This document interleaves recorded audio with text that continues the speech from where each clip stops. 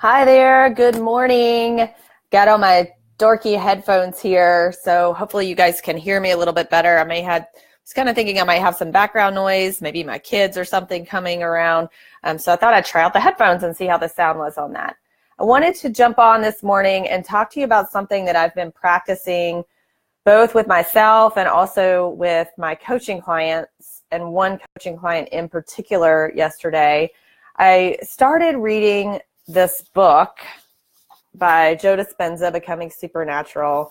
And even though he's saying a lot of the things that I've heard for a long time, as I've been studying and becoming more aware of myself and coaching people to get more of what they want in their lives, the way he's saying it and the scientific evidence behind it is what's really drawing me in, and it's exactly what I need to hear right now. In fact, I had a moment on Sunday as I was in my quiet meditation time, and I've read him before, I've listened to him before, and I heard the voice say, you really should get Joe Dispenza back out. And I found out he had a new book. So basically all he's saying, and this is a pretty thick book because there's lots of stories and evidence and ways to practice this, but in order to make change in our lives, we have to get off of the habit loop of our current thoughts and feelings. Our current thoughts and feelings and our current personality and way of living is basically going to have us continue to repeat the past over and over and over again. He gives the example when we wake up in the morning, a lot of times we start thinking through the people we're going to meet in the day, what we're going to do, the activities we're going to do, all the stuff we have to do with our kids, the meetings that we have at work, all the stuff we have to get done around the house. And we start to feel the same emotions that we have always felt in doing those activities. And because our emotions are what train our brain and create our reality, if we do the same thing over and over again, we're just going to create the same reality over and over again. And I tried something new with a coaching client yesterday. It was our first session together. And instead of going straight into what are your goals and what is your vision, I recognized that she was coming from a place of pretty intense anxiety and not very happy in her job right now, which a lot of people come to me when they're looking for some type of a career shift. And instead of asking her to, tell me her vision or tell me her goals, I asked her how she wanted to feel. And in doing that, she came up with the idea of, wow, you know what? I just want to feel peaceful.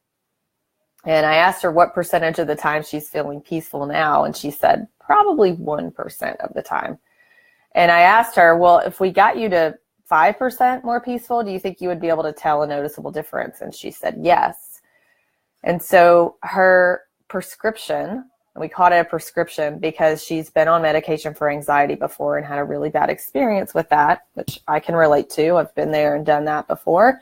And her prescription, we decided, was all about feeling peaceful as often as she can, because if she's not feeling peaceful now and everything that she wants in her life she thinks will make her feel more peaceful, then guiding her to feel more peaceful now is going to help to train her brain to think differently. And then once your brain thinks differently, your energy becomes different and you start to do different things. Your behaviors actually start to change. So we've got to change our energy. So she wants peaceful energy. And I asked her, what are the things that you do now that make you feel peaceful? And she came up with some ideas. She loves yoga. She likes to take a walk around the block. She likes to write, do creative writing. And so her prescription is all around finding small pockets of time in the day to find peace. So for example, she said she was eating lunch every day at her desk. And I said, gift yourself the time to go sit outside at a picnic table or go sit somewhere else in the office. And even if it's just 15 minutes, I want you to really get out of your office space and find a sense of peace in your day, because her work is very stressful and she's not feeling connected. In fact, she's feeling a very heightened sense of anxiety right now. And so as I was reading this book this morning, I want to share with you a paragraph that stood out and made me realize, wow, that that actually was an effective way to go about this in a new way. Which, by the way, the agreement that we have now is we're just going to check in a couple of weeks. And her goal in the next month or so, I asked her where she wanted to be. If she's at 1% now, where does she want to be? And she said 15%. So that's going to help us know if she's actually feeling more peace in her life. Sometimes just having that measure helps. All right, so here's the paragraph. I'm just going to read it from the book. If you were miserable at the old job, but managed to get a new one, you might be happy for a few weeks or even a few months. But if you spent years conditioning your body to be addicted to misery, you would eventually return to that old emotion because your body would crave its chemical fix.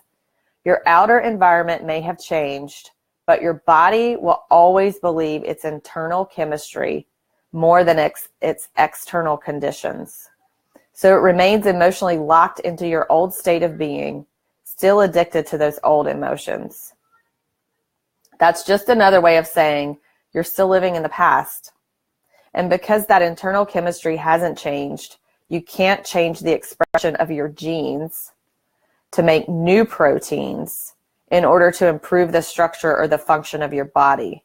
So there's no change in your health or your life. That's why I say you have to think greater than the way you feel to make any real lasting changes. My challenge to you is, even if it's just for 5 minutes today, I want you to put yourself in the feeling place of what you really, really want. And I want you to bask in that, either by closing your eyes and meditating and breathing on it. Maybe you do it while you're in your yoga practice today or while you're exercising, or even if you can just push back from your desk and daydream for a moment. The whole intention with this, if you want to make the change, you literally have to change the way that you feel. And most of us are not willing to give ourselves the time to do that. So if you'll start with 5 minutes, I think you'll see some shifts in your energy, and you may even start to see your external circumstances change as a result. Even if you don't see the external changes, you got to keep pushing through, because at some point you will have a breakthrough and notice that things on the outside of you are changing as a result of the energy on the inside of you. That's your play activity for the day. I don't want to call it work or homework.